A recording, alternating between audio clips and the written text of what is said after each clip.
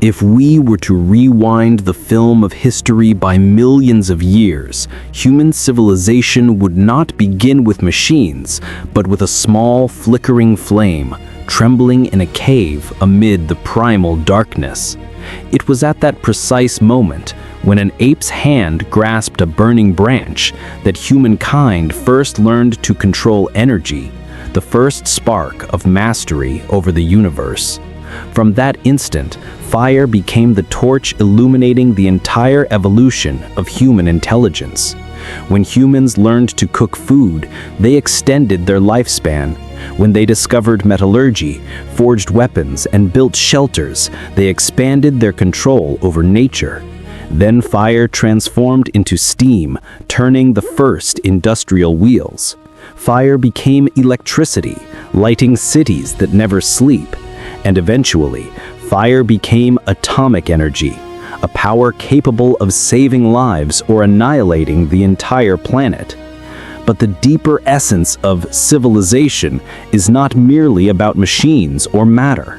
It lies in how humans learn to harness energy ever more efficiently and intelligently.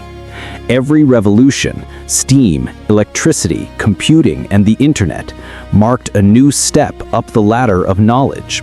If prehistoric humans survived through muscle, then our current age is the era of data, where bits and bytes replace food and coal, where power is measured not by brute force, but by processing speed.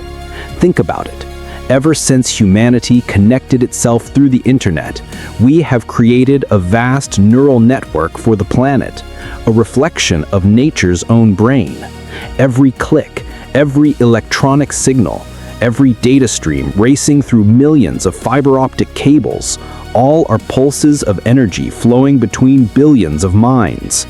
This is not merely technology. It is the collective evolution of human consciousness.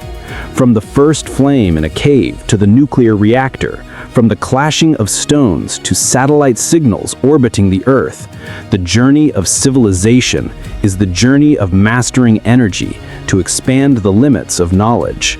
And now, as we stand at the dawn of artificial intelligence, when energy no longer resides only in fuel, but in data and awareness, we must ask ourselves, could this be humanity's next great flame? From a purely scientific perspective, humanity today still stands halfway between the primitive era and the planetary age. A young civilization that has learned to harness the energy around it, but not yet to control it. Carl Sagan once estimated that in the 1970s, humankind had reached about 0.7 on the Kardashev Scale. More than half a century later, technological progress has transformed the world beyond imagination. We now possess nuclear energy, a global internet, artificial intelligence, self-learning robots, and space travel. Yet, by the standards of the cosmos, we still have not reached Type 1. Because 80% of all energy consumed by humanity still comes from oil, coal, and gas, finite resources that destroy the environment. We can build nuclear power plants, yet we cannot control our own radioactive waste. We can launch rockets beyond Earth, yet we cannot shield our planet from global warming. We can invent supersonic jets, yet we ourselves have torn holes in the ozone layer. We hold atomic power in our hands, yet tremble before the threat of nuclear war. A true Type 1 civilization would be able to fully control the planet's energy. Wind, water, sunlight, geothermal heat, even the balance of the climate and biosphere. But we are far from that. Solar storms can still knock out power grids. Earthquakes and volcanic eruptions can cripple economies. We have learned to exploit the Earth, but not to command it. By the calculations of physicists, humanity currently stands at around 0.73 on the Kardashev scale, meaning we have mastered only a fraction of our planet's available energy. That small number says it all. We are still a species learning to use the universe's fire, while other civilizations, if they exist, may already command the light of their own stars. What's more, technological evolution does not necessarily mean moral evolution. The more powerful we become, the closer we come to our own destruction if we fail to control our instincts. The race for energy, geopolitical conflict, dependence on fossil fuels, and massive systems of consumption have driven Earth into a cycle of growth, destruction, and recovery. We may be on the threshold of Type 1, but also on the brink of collapse. This is the transitional era of civilization when humanity must choose to ascend to the planetary level, united through energy and knowledge, or to burn itself in the very fire it has created. Every decision, from developing clean energy, regulating AI, to reducing conflicts over resources, is a test of whether we deserve to survive and move forward on the cosmic ladder. We can now leave Earth, but not live anywhere else. We can send signals into the cosmos, but cannot control the storms within ourselves. And perhaps before seeking intelligent life out there, humankind must first learn to become truly intelligent here, or all our dreams of reaching the stars will remain nothing more than the illusion of an unfinished species. Perhaps the most terrifying part of humanity's evolution is not our slowness, but our speed. We are running faster than ever into the age of energy, artificial intelligence, and technological power beyond imagination. Yet we no longer know whether we are running toward the future or straight into an abyss. On the path to becoming a Type 1 civilization, humanity needs more than technology. It needs something infinitely harder to achieve: the unity of survival. And yet, looking around the world today, division remains the greatest wall blocking our evolution. Nations still fight over energy as if Earth were an endless oil field. Wars over oil, gas, uranium, and even renewable resources continue to burn across continents. Barrels of crude are traded for blood. Cities are flattened by missiles. Millions live in darkness because of energy crises, all proof that we are still far from a unified civilization. At the peak of our technological power, humanity is playing with a new flame: artificial intelligence. It is the Prometheus of our age, bringing light and knowledge, yet capable of burning everything down. AI can heal the sick, optimize energy, and mitigate climate change, but it can also manipulate truth, control weapons, and make life or death decisions without empathy. In the hands of the ambitious, it ceases to be a tool and becomes a synthetic god, precise, logical, and utterly indifferent. The question is no longer, what can AI do? But, can humanity bear the responsibility for what it creates?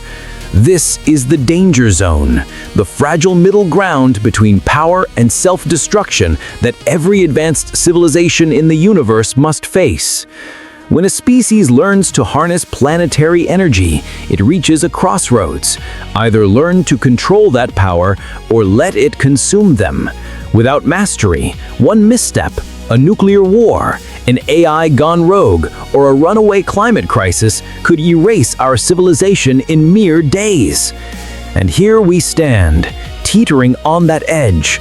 On one side lies a radiant future, a world powered by clean energy, united under shared intelligence, free from borders and wars. On the other, a dark pit where greed, fear, and domination drag us back to the Stone Age, where the same flame that once saved us now devours us. If we can cross this threshold, humanity will enter a new chapter, the era of a true planetary civilization, a world where solar power sustains all nations, where artificial intelligence becomes the collective mind of humankind, where war is only a memory and nation is just a historical term. In that future, we will no longer call ourselves American, Chinese, or Vietnamese, but simply human. But to get there, what we need is not another invention, it is an awakening. No civilization can reach the planetary level while still fearing its own kind. Right now, we are being tested to see whether humanity deserves to survive and ascend, or whether we will become just another brief flicker of light in the infinite darkness of the cosmos. If one day humanity truly reaches Type 1, it will not just mark a leap in technology. It will be the moment we become citizens of the cosmos. In that age, Earth will no longer be divided by borders, faiths, or races. The planet will function as a single living organism, self-regulating, self-protecting, and united in purpose, reaching outward to the stars that have waited for us since the dawn of time. But Type 1 is only the beginning. Once humanity learns to harness all the energy of our planet, we will move toward Type 2, the age when today's science fiction becomes reality. Imagine a Dyson sphere encircling the sun, capturing every photon, every pulse of energy, transforming starlight into sustenance for billions upon billions of lives. Plasma and antimatter vessels will leave the solar system, carrying humanity's essence to distant suns. Jupiter may one day serve as an interplanetary energy station, its vast atmosphere fueling the survival of dozens of new worlds. Beyond that lies Type 3, the ultimate frontier, when humankind becomes the gatekeeper of the galaxy. We will command the energy of billions of stars, communicate through subatomic waves, traverse wormholes, and shape matter itself at the quantum scale. Yet the greatest question will not be, when will we reach Type 3, but rather, will we be moral enough to deserve it? For every step in power must be matched by a step in conscience. Without ethical evolution, we become only stronger, not wiser. We might master the energy of suns, yet remain slaves to our own impulses. Countless civilizations may already have perished this way. Powerful, brilliant, and utterly blind. Science can open the door to the universe, but only compassion can guide us through it. When will humanity reach Type 1? But are we worthy of it? Every act, saving electricity, reducing waste, planting a tree, using technology mindfully, is a small step on the staircase of civilization. Evolution begins not in laboratories, but in the human spirit. Today, we stand at the threshold between a primitive planet and a unified civilization. We can cling to selfishness or rise through knowledge, empathy, and discipline.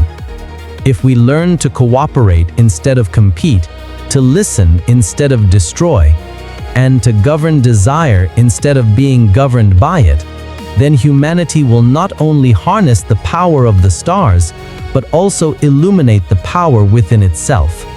For the true summit of civilization is not found in mastering the light of the sun, but in mastering the light within the soul.